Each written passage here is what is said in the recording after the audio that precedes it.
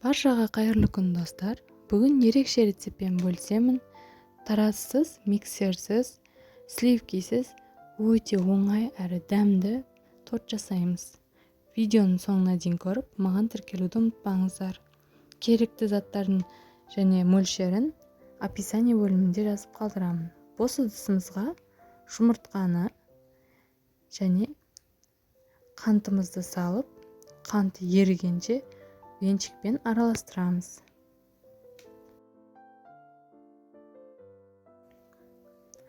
Ізінен 1 стакан қатық және 1 шай қасық ас содасын саламыз.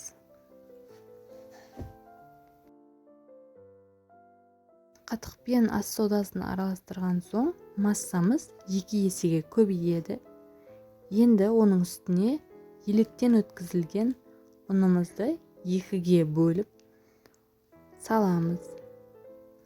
Және біркелкі болғанша жақсылап араластыратын боламыз. Массамыз дайын.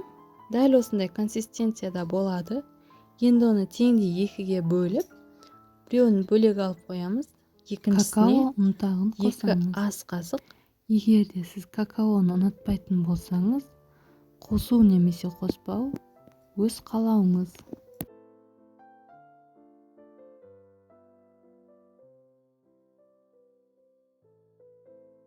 Какао қосылған массамыз дайын.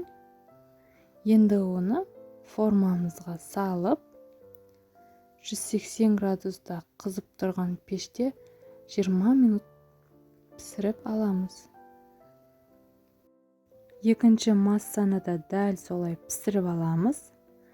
Ол піскенге дейін кремімізді дайындаймыз. Мен қаймақтан жасалатын кремді пайдаландым. Сіз өзіңіз ұнататын қалаған кремді пайдалануыңызға болады. Крем ерекше болу үшін жаңғақты үгітіп қосып жібердім.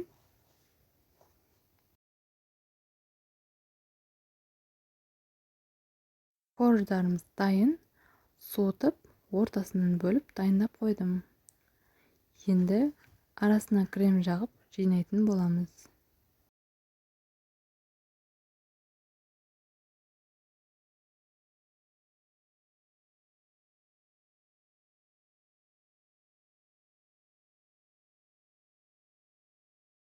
Енді арасына кремдер сіңгенше 1 сағатқа мұздатқышта қалдырамыз.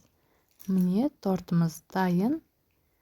Өте ерекше, өте оңай және дәмді, жұмсақ болып шығады. Міндетті түрде жасап көріңіздер. Видео ұнаса, лайк басып, комментарий бөлімінде пікіріңізді қалдырыңыз. Сіздермен болған тәтті рецепттер каналы.